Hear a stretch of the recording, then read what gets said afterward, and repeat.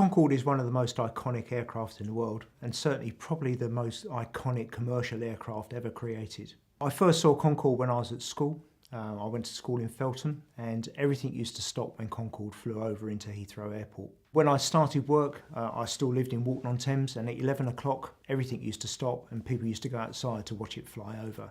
One of the only aircraft that I've ever seen anybody ever do this.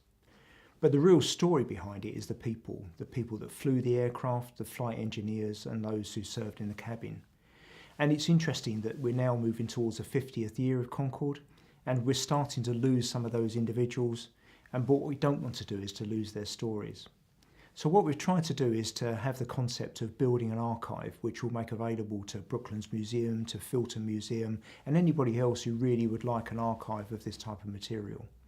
We pulled together the largest group of Concorde pilots, flight engineers and cabin crew together at Brooklands Museum to really describe this in terms of a concept. We had 160 people come, and it really felt like we were reliving the age of Concorde, and the stories and things that came out were just fantastic. We started to do some filming. We've got some information about some of the experiences people have in terms of both serving on Concorde as well as flying it. But really what we'd like to do is to create this archive. In other words, to do in the region of around about 80 small films, interviewing these people to make sure their stories are remembered forever and making sure they continue to be an archive that's available for people to draw from.